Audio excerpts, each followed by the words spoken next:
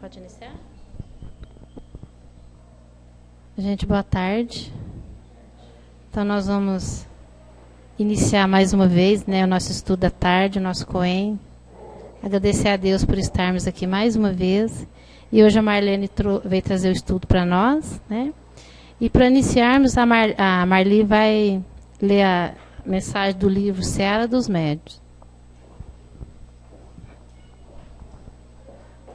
Boa tarde.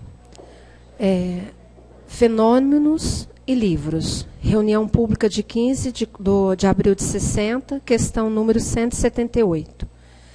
Fenômenos mediúnicos existem na gênese de todas as religiões, mas desapareceram à maneira de fogo fato, no raio circunscrito da hora em que se exprime.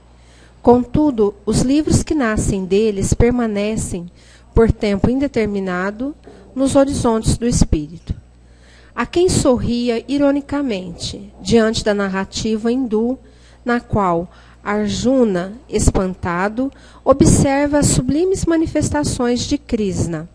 Entretanto, nos poemas de Bhagavad Gita, palpitam cânticos imperecíveis das mais altas virtudes. Há quem descreia da história, quando afirma que Zoroastro recolheu ensinamentos de Ormuzed, espírito, nas eminências do Albordigé. No entanto, as páginas do Zend Avesta gravam com mestria a luta do bem contra o mal. Há quem discuta a impossibilidade de haver Moisés revelado tantos poderes à frente dos egípcios assombrados, mas o código de mandamentos por ele recebido de Jeová, no cimo do monte, é seguro alicerce aos preceitos essenciais da justiça. Há quem veja loucura na decisão de Siddhartha ao abandonar o palácio paterno sob a inspiração da esfera superior, a fim de consagrar-se aos infelizes. Todavia, as lições guardadas por seus discípulos formam o venerável caminho budista do pensamento reto. Há quem duvidem dos fatos admiráveis que cercaram na Terra a presença do Cristo, relacionando acontecimentos medianímicos cuja legitimidade desafia todas as exigências da metapsíquica e da parapsicologia contemporâneas. Entretanto, o Evangelho continua sendo o livro divino da humanidade. E ainda hoje, há quem lance sarcasmo sobre os médiuns da atualidade, mas os livros basilares de Allan Kardec prosseguem como sólidos fundamentos da doutrina espírita, que atualiza agora as revelações do Mestre dos Mestres. Como é fácil observar, os fenômenos mediúnicos representam a ostreira das interrogações e dos experimentos humanos. O livro edificante, contudo, é a pérola que passa a guarnecer o tesouro crescente da sabedoria que nunca morre. Eduquemos assim a mediunidade entre nós, para que ele possa surpreender e fixar a emoção e a ideia, a palavra e o trabalho dos mensageiros que supervisionam e conduzem o aperfeiçoamento terrestre, porque, em verdade, nesse ou naquele documentário, o livro é o comando mágico das multidões, e só o livro nobre, que esclarece a inteligência e ilumina a razão, será capaz de vencer as trevas do mundo.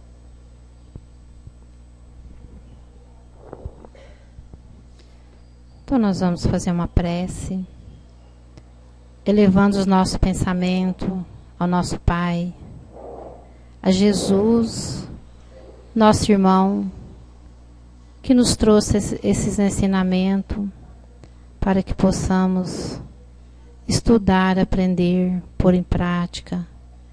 Então vamos agradecer a Deus por essa oportunidade de estarmos aqui nesta casa. Agradecer aos nossos irmãos espirituais, coordenador do grupo, que nos acolhe com muito carinho. Pai nosso que estais no céu, santificado seja o vosso nome. Venha a nós o vosso reino. Seja feita a vossa vontade, assim na terra como nos céus. O pão nosso de cada dia nos dá hoje. Perdoe, Pai, as nossas dívidas, assim como nós perdoamos os nossos devedores. E não nos deixe cair em tentações, mas livre de todo mal, que assim seja. Então a Marlene trouxe o estudo para nós, né? Ela vai falar sobre a responsabilidade perante a mediunidade. Boa tarde a todos. Mais uma vez eu estou aqui, né, nesse grupo. Muito bom revê-los. Agora vocês já na reta de chegada, né? Claro que essas reflexões agora são apenas reforço e repetição de tudo que vocês já estudaram. Então, não tem nada de novidade, mas sempre é bom lembrar, né? Então, hoje o item é isso aí, responsabilidade perante a mediunidade, que vocês todos já devem estar assimilando com clareza isso. A mediunidade é uma tarefa e exige, como toda tarefa, se você quer levar a sério, se você quer ter bom sucesso, a responsabilidade, né? Lembrando rapidamente os conceitos também que vocês já viram, que a mediunidade é uma faculdade inerente ao ser, né? Agora, relendo hoje o Herculano Pires, que é aquele escritor espírita, ele dizendo que, na realidade, ela está inserida no perispírito. Mas, quando a pessoa está encarnada, naturalmente que essa faculdade passa para o corpo, que é o órgão das manifestações do espírito, via perispírito. Por isso que a mediunidade é sempre o processo que vocês já viram, é perispírito a perispírito. É o perispírito do encarnado com o perispírito do desencarnado. Então, processa-se essa sutileza de comunicação, porque a mediunidade é uma comunicação.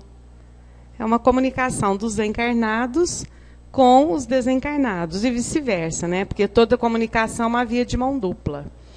E Herculano Pires, então, ele diz que é um processo das relações. Na medida em que eu estabeleço melhor esse relacionamento, melhor eu aprimoro a faculdade mediúnica, como toda comunicação.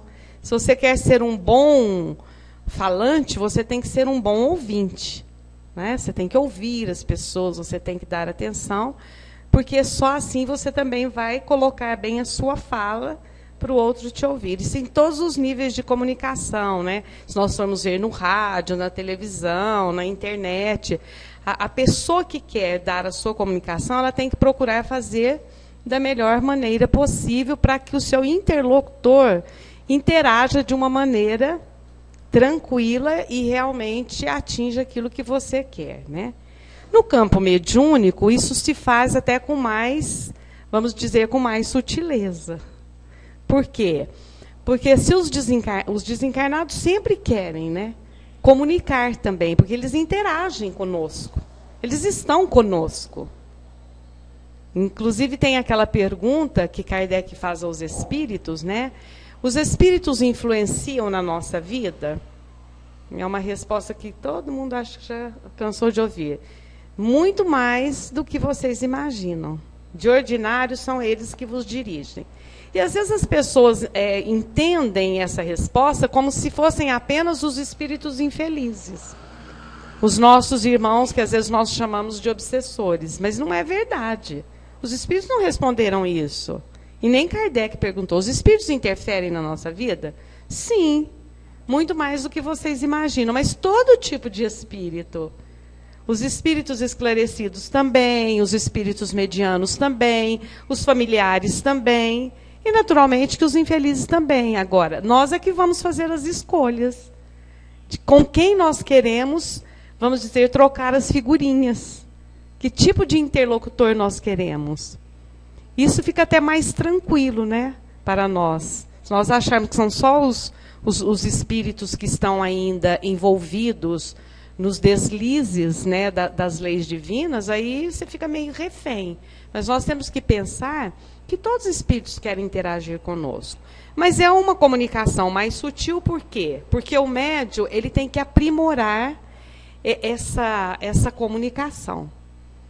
E, na realidade, vocês também já estudaram que a mediunidade é de todos os tempos. De todos os tempos. Desde que o homem está na face da Terra, nós temos os fenômenos mediúnicos, como nós vimos aqui no texto de hoje, né, de Emmanuel, que é no livro Seara dos Médiuns. Só que no início vinha como fenômeno realmente.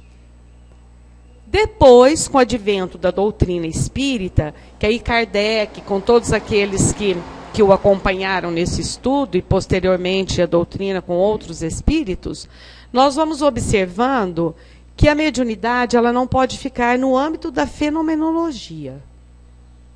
Porque o fenômeno, igual falou aqui, é um fogo-fato, né? É um fogo de artifício. É bonito, mas passa logo. Então, ela tem que ficar realmente na interação, na comunicação, o que é que nós vamos aprender. E no âmbito da criatura, então, no âmbito da humanidade, a mediunidade está de todo sempre. Mas no âmbito individual, desde também na criança. Então, Herculano diz que são 4 fases. A criança ela tem o período da mediunidade. Até os 7 anos ela está mais voltada para a espiritualidade ainda. É como se ela não tivesse integrado o seu corpinho aqui. Ou seja, o seu perispírito ainda está muito sutil a ligação com a espiritualidade e com o corpo carnal. Então, passa também por um processo de mediunidade, que às vezes a criança ela comenta, às vezes ela até conversa com alguns amiguinhos, entre aspas, né? E essa fase vai passar. Porque, vamos dizer assim, são as recordações e as lembranças, e porque ela está ainda também num processo que ela ainda não interagiu completamente no corpo. Depois vem a segunda fase, que começa por volta, às vezes, dependendo da criança, 9, é a fase da adolescência, que também tem um processo mediúnico, por isso que, às vezes, isso aí já é ideia minha, que o adolescente se torna, às vezes, muito intempestivo. Claro que a gente sabe que é uma série de fenômenos, né, orgânicos, são os seus hormônios que estão lá em ebulição, mas também é um processo que nós podemos dizer mediúnico. Depois, na terceira fase, que é a fase mais da maturidade, por volta de 25, 30 anos, até a fase mais madura, que aí a mediunidade já vai começar mesmo a se assentar. E a última fase, que vai até a velhice mesmo, por isso que muitas pessoas, às vezes até na fase terminal, bem mais velhinhos, eles já começam a relatar, eles sonham muito, às vezes eles vêm, porque já é até uma preparação para a volta do espírito à pátria espiritual. Isso tudo muito natural. E guardadas as diferenças de cada pessoa. Mas que nós vamos vendo lances de mediunidade na criatura. Mas sabemos que isso é o arroz com feijão para a pessoa. Agora, a mediunidade dinâmica, que é essa do trabalho, que a pessoa realmente já vai buscar o estudo e já vai se dispor ao trabalho, e que é aquela mediunidade mais assintosa, que é o que vocês já estão fazendo, estão buscando. Não quer dizer que todos que vão sair daqui ou vão continuar aqui conosco vão trabalhar com a mediunidade assintosa, ou seja, aquela que realmente vai oferecer as suas cordas vocais para que o espírito possa falar, ou seu cérebro para que possa captar a mensagem, o pensamento do espírito, ou as suas mãos para que o espírito possa transmitir uma mensagem. Mas todos são médios, porque numa reunião mediúnica, cada um tem o seu papel. E tem esse intercâmbio, essa interferência mediúnica. O dirigente está captando através da intuição, para poder dirigir melhor, né? Os esclarecedores ou doutrinadores, e o médium ostensivo. Então, todos nós somos médios, isso é tranquilo, é natural. Por quê? É a comunicação que existe. Não há como a criatura não se comunicar. É igual quando nós estamos aqui entre nós, mesmo que você não fala nada, às vezes o seu olhar, ou a sua presença, o seu estar em algum lugar é uma comunicação. E como nós acreditamos que nós estamos nessa interação com o mundo espiritual, é claro que essa espiritualidade está se comunicando conosco. Claro. de uma maneira ou de outra, eles estão interagindo conosco e vamos captar com mais tranquilidade ou não, dependendo dessa sensibilidade do estudo e do desenvolvimento. Porque se eu sei de tudo isso, eu posso sintonizar melhor.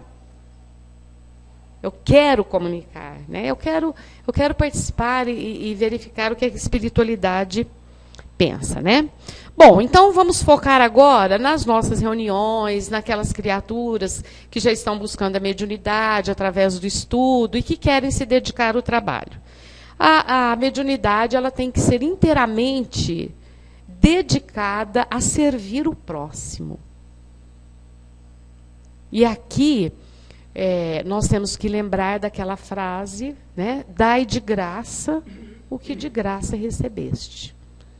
Então, em mediunidade, na seara espírita, porque nós sabemos que a mediunidade não é privilégio da doutrina, porque se ela é de todos os tempos, ela não é privilégio da doutrina, porque a doutrina é recente. Mas a doutrina espírita, ela preconiza a gratuidade dessa faculdade. E, felizmente, nós temos observado que em todas as casas, né, de ponta a ponta aí do Brasil, a gente vai falar do Brasil, porque é aqui que a doutrina floresceu e está repercutindo em outros lugares com o auxílio dos brasileiros, mas ela tem essa tônica. E a gente observa que os espíritas têm seguido isso. É a gratuidade. Porque se é um fenômeno que é claro que eu tenho que estudar, que eu tenho que me dedicar, mas não existe uma formação específica. Né? Igual vocês estão aqui, vocês estão estudando, mas não foi cobrado nada de vocês para isso. E nem poderia. E nem poderia. Então, nós temos que doar o nosso trabalho com este espírito de servir.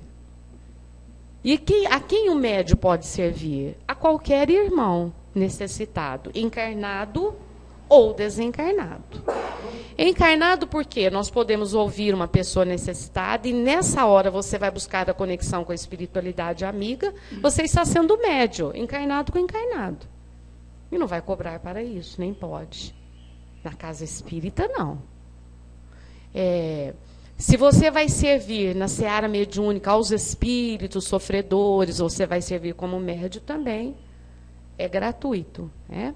Então, esse caráter de gratuidade tem que estar presente. E não é porque nós vamos servir com esse caráter que nós vamos ser relapsos. Porque houve um tempo em que as pessoas acreditavam que o trabalho voluntário, porque ele era voluntário, ele podia ser nas horas vagas. Hoje, até nas grandes empresas, porque já tem um olhar diferente do mundo para o trabalho voluntário, que já verificaram que a criatura que faz trabalho voluntário, ela tem, vamos dizer assim, um passo à frente até no seu trabalho profissional, que é uma criatura que tem bom relacionamento. Então, existem, né, ONGs que são institucionalizadas e que requerem esses trabalhadores, porque sabe que o trabalhador voluntário ele tem um outro olhar. Não sei se vocês já ouviram isso, acredito que sim. Se uma empresa vai contratar funcionários, vamos supor que ela tem 6 candidatos. A gente sabe que tem muito mais, né? Que hoje a busca pelo trabalho é muito maior. Se 6, dentre esses 6, tiverem os mesmos requisitos profissionais, mas um dentre eles faz trabalho voluntário, ele será escolhido. Porque já foi provado que a pessoa que vai dedicar melhor, que ela tem um relacionamento mais saudável com as criaturas. Mas não é por isso que você vai fazer a hora que quer e do jeito que você quer. Se você assumir um compromisso na tarefa mediúnica, você tem uma responsabilidade. Responsabilidade com os encarnados e com os desencarnados. Então, vocês já estão nesse processo, né? Final do ano, vocês vão concluir este estudo, porque outros terão que vir. Né? Agora mesmo nós vamos falar sobre isso. Vocês vão assumir um trabalho mediúnico. Não é porque o trabalho é voluntário que eu venho a hora que quer, o dia que eu quero e o dia que eu tenho disponibilidade, vontade. Nós precisamos assumir o compromisso como um trabalho na área profissional, que você só vai faltar quando realmente não houver condições para o trabalho. Né? E você não pode chegar atrasado, porque sabe que se chegar atrasado tem uma série de consequências, né? Na reunião mediúnica nem pode participar se chegar atrasado. Então, essa dedicação, esse compromisso que se requer de qualquer trabalhador.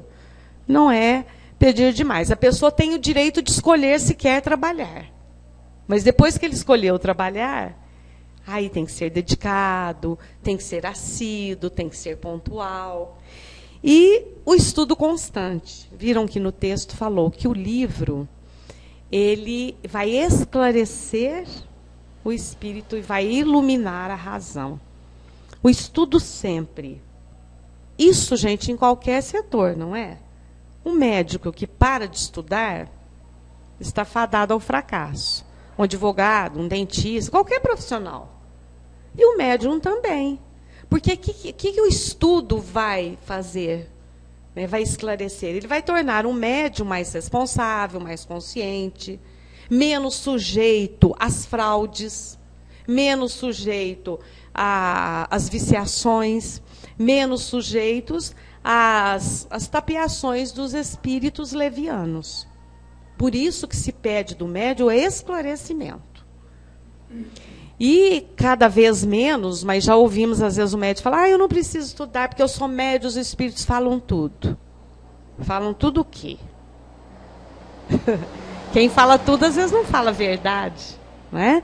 Então, o médium tem a obrigação de saber, porque se o espírito falar alguma coisa com a qual ele não concorda, ele tem a obrigação de falar, não, essa parte eu pulo, essa parte eu vou cortar. Por quê? Depois que caiu na via do encarnado, a responsabilidade passa a ser dele, passa a ser do médium.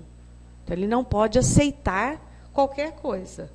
Nós podemos ouvir qualquer coisa, isso sim. Mas divulgar e aceitar qualquer coisa, não. Aí nós podemos lembrar do Paulo. Pode ler tudo, pode ouvir tudo, mas você vai reter aquilo que é bom. E esse filtro pertence a quem? Pertence ao médium. Por isso que o médium tem que estudar sempre. Esse estudo de 2 anos, às vezes as pessoas questionam, nossa, mas para participar de uma reunião tem que estudar 2 anos, é pouquíssimo 2 anos. É nada. Perante a bibliografia que nós temos, as informações que nós temos, perante a densidade intelectual, né, da doutrina, só das obras básicas a gente pouco sabe, que dirá das subsidiárias, e informações que estão sempre surgindo, porque a doutrina ela não é estática, ela é dinâmica. E não podemos também estudar só sobre a doutrina, né, temos que ter outros estudos. Então, o estudo constante. O médium tem que estudar sempre. Sempre, sempre.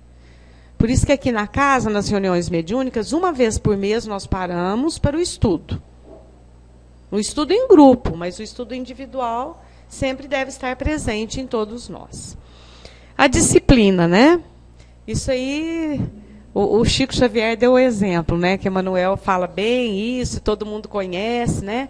O Chico foi adentrar no conhecimento da mediunidade, que ele nada sabia ainda, que ele vai perguntar, e Emmanuel diz assim, são 3 coisas só que você precisa saber. Ah, então tá fácil. O que é a primeira?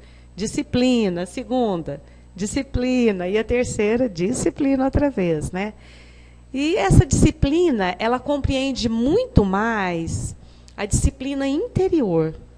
Porque o médium, às vezes, né, no início da mediunidade, a pessoa pode ficar até meio orgulhosa, vaidosa. Ai, que bom, você é médium, vou ajudar as pessoas.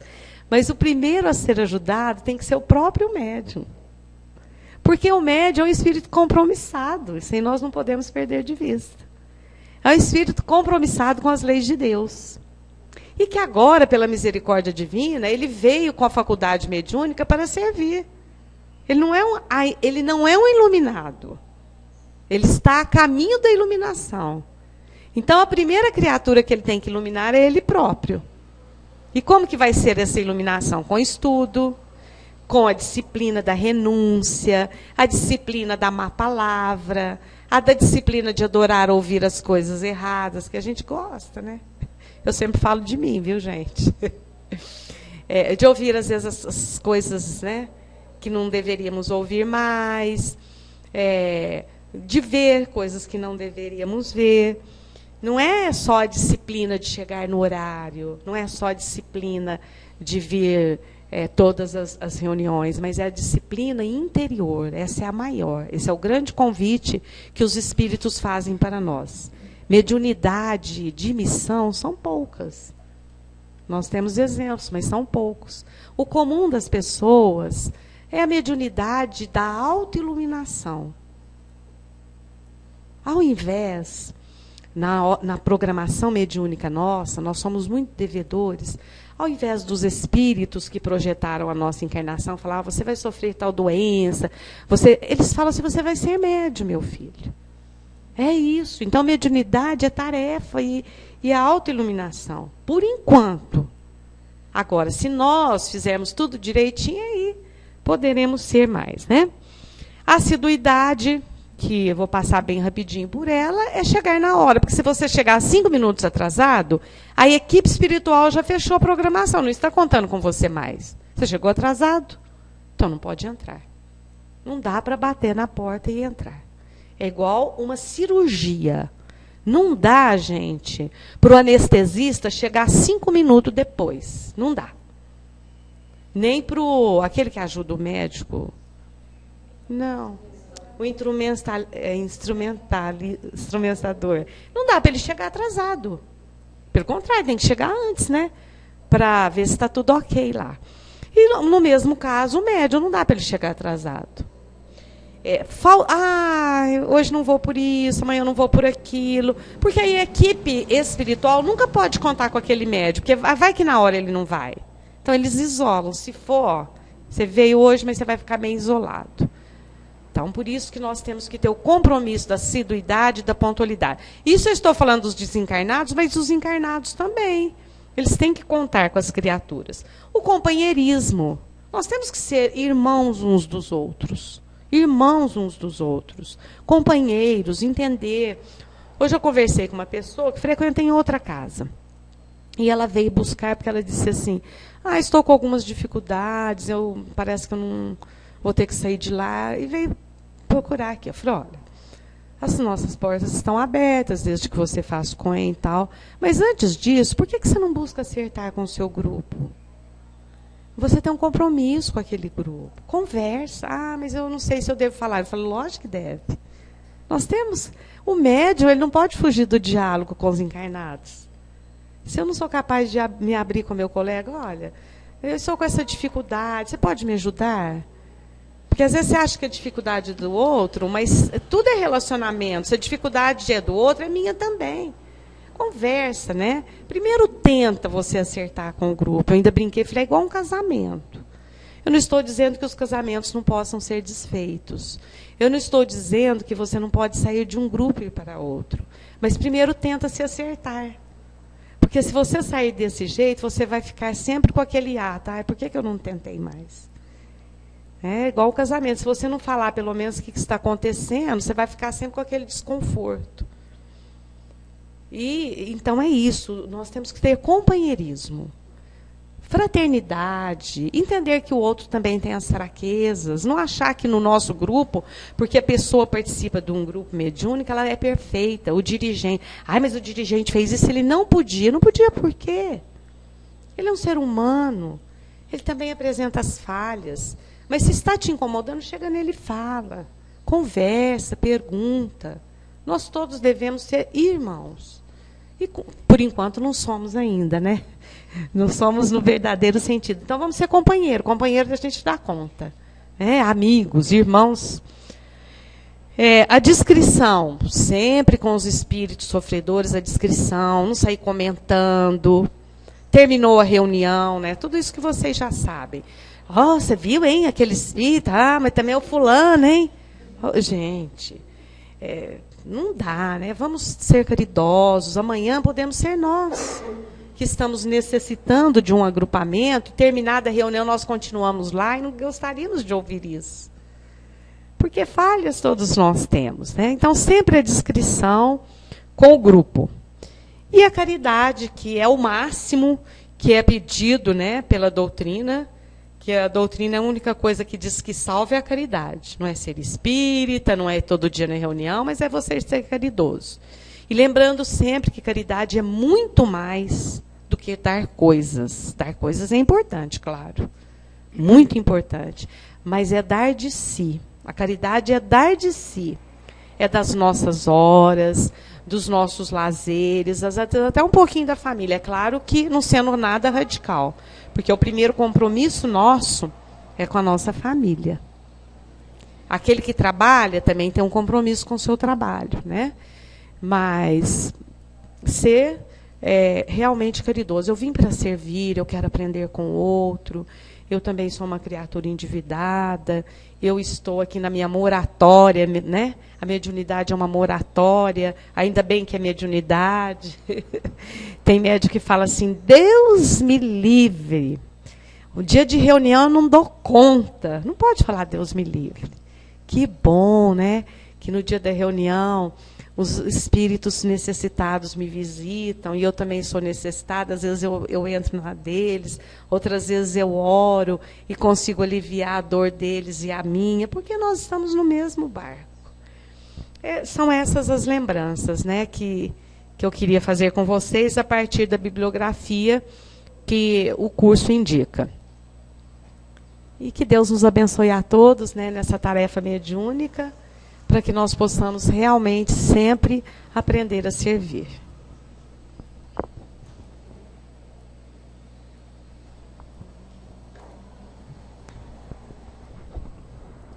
Nós agradecemos a Marlene, né? Com certeza vai voltar outras vezes, né, Marlene? Trazer o seu conhecimento. Encarnada ou desencarnada? Ah, mas eu acredito mais encarnada, né? E nós vamos agora passar para os grupos.